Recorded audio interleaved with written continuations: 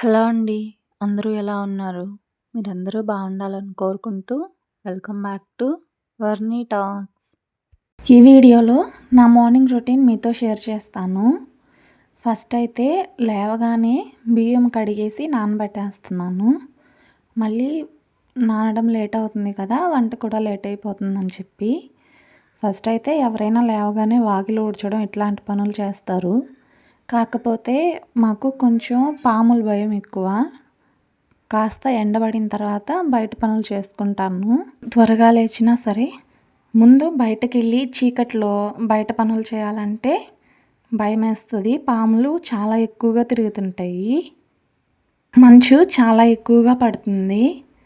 ఆ మంచులో మఫ్లర్లు, స్కార్ఫ్ కంటే కూడా తలకి ఈ టవలే బెటర్ అనిపించి టవల్ కట్టుకున్నాను. అయితే మంచు పడుతుందని చెప్పాను కదా, మామూలుగా చూడడం కంటే కూడా కెమెరాలో భలే రికార్డ్ అయింది. ఒకసారి మీరు కూడా చూసేసేయండి. వర్షం పడ్డట్టే పడుతుంది. గాలి ఎటువైపు ఉంటుందో ఆ వైపుకి వస్తూ పోతూ ఉంది. అర్థమవుతుంది కదా, ఒకసారి ఒకవైపుకి వెళ్తుంది, ఒకసారి ఒకవైపు వస్తుంది. ఇది బాగా ఎండబడేంత వరకు ఇలాగే కంటిన్యూ అయింది.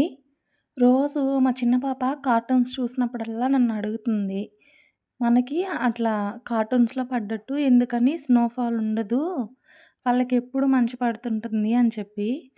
కానీ తను లేచేటప్పటికి ఇది చూసుంటే ఇంకా చాలా హ్యాపీ ఫీల్ అయ్యేది. కానీ ఎండబడేసరికి ఆగిపోయింది. చిన్న పిల్లలతో చలికాలం చాలా జాగ్రత్తగా ఉండాలి కదా! అంటే ఇప్పుడు మంచులో తిరిగి ఆడుకున్నారంటే ఈజీగా జలుబొచ్చేస్తది. దాని తర్వాత ఇంక వాళ్ళతో వేగేసరికే సరిపోతుందసలు పేరెంట్స్‌కి. జలుబు వెంట జ్వరాలు, దానితో పాటు చెవి నొప్పని, దగ్గు ఇంకా రకరకాలు వస్తూనే ఉంటాయి. పిల్లలకి జలుబు చేసినప్పుడు చెవిలోకి చల్లటి గాలి పోయిందంటే వాళ్ళకి చెవి నొప్పొచ్చేస్తుంది. కాబట్టి జలుబు చేసినప్పుడు తలకి టోపీ వేయడమో, లేదా చెవిలో దూది పెట్టడం లాంటివి ఖచ్చితంగా చేయాలి. లేదంటే మళ్ళీ ఇంకా ఆ చెవి నొప్పి బాధ భరించడం కష్టమైపోతుంది కదా, చిన్నపిల్లలు. పైగా ఇంకా వాళ్ళు ఏడుస్తుంటే మనకి బాధ అనిపిస్తుంది. ఇవన్నీ నాకు ఓన్ ఎక్స్‌పీరియన్సెస్ అనమాట. ఇద్దరితో చిన్నప్పుడు చాలా చూసాను ఇట్లాంటివి. ఆ భయం వీళ్ళు పెరిగినా కూడా ఇప్పటికీ అలాగే ఉంది. అందుకే మంచు పడేటప్పుడు అసలు బయటికి రానివ్వను. ఈ సీజన్ అయిపోయేంత వరకు కొంచెం లేట్‌గానే లేపుతాను పిల్లల్ని కూడా ఉదయము. ఈలోపు ఇక్కడ వంట కూడా అయిపోవచ్చింది. మామూలుగా అయితే బంగాళదుంపలని చెప్తున్నాను కానీ మేము ఉల్లగడ్డలు అంటాం ఎక్కువగా. ఇది ఉల్లగడ్డ తీగూర అంటాము. కొంచెం మసాలా వేసి చికెన్ గ్రేవీ ఎట్లా చేసుకుంటామో ఆ విధంగా చేస్తామన్నమాట. మసాలా అంటే నేనైతే అల్లం వెల్లుల్లి పేస్టు, ధనియాల పొడి మించి ఎక్కువ ఏమి ఎయ్యను. పిల్లలు తినేది కదా, వాళ్ళకి పొట్టలో మంటొచ్చే ఛాన్స్ ఉంటది. ఇంకా గ్యాస్ ట్రబుల్ కూడా పెరుగుతుంది కదా అని చెప్పి ఇంకా అంతకు మించి ఏమి ఎయ్యను. తీగూర అన్నాను కదా అని చక్కెరో, బెల్లమో ఏస్తామనైతే అస్సలు అనుకోవద్దు. మాకు నెల్లూరు సైడు అది అలవాటన్నమాట. అట్లా ఉల్లగడ్డ తీగూర, వంకాయ తీగూర మేము ఇట్లాగే చెప్తాము.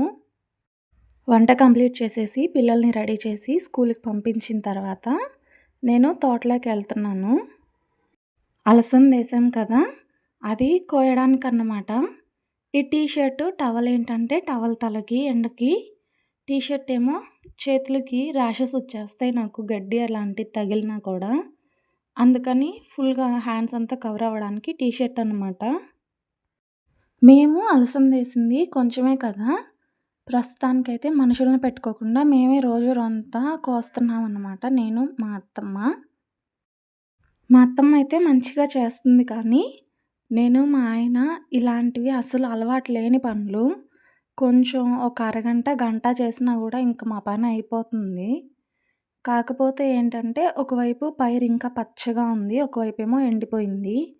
ఆ ఎండిపోయింది ఇంకా అట్లాగే వదిలేస్తే ఇంకా మళ్ళీ కోసేటప్పుడు ఆ కాయలన్నీ రాలిపోతాయనని చెప్పి ఒకవైపు నుంచి మేము కోస్తున్నాము. ఇక్కడ కనిపిస్తుంది కదా, చూడ్డానికేమో పైరు పచ్చగా ఉంది. కానీ ఇంకొక వైపు వెళ్లి చూస్తే అస్సలు మొత్తం కంప్లీట్‌గా ఎండిపోయిందన్నమాట. ఇదిగోండి, ఇంకొక వైపేమో మొత్తం ఇట్లాగయిపోయింది. ఇది ఇంకా వదిలేస్తే అలసందంతా తీగలు తీగలు చుట్టుకున్నట్టు ఉంటుంది కదా, ఆ తీగలవి కదిలిచ్చినప్పుడు కాయలు రాలిపోతాయనని చెప్పి మేమే కోస్తున్నాము. కానీ ఇప్పటికే సగం వరకు కోసేటప్పుడు కాయలన్నీ రాలిపోతున్నాయి. రాలిన కాయలన్నీ మళ్ళీ ఏరడం తప్ప ఇంకేం చేయలేము. ఈ రోజుటికైతే మేమిద్దరం కలిసి ఇక్కడ కనబడుతుంది కదా! ఇంతవరకు కోసాము.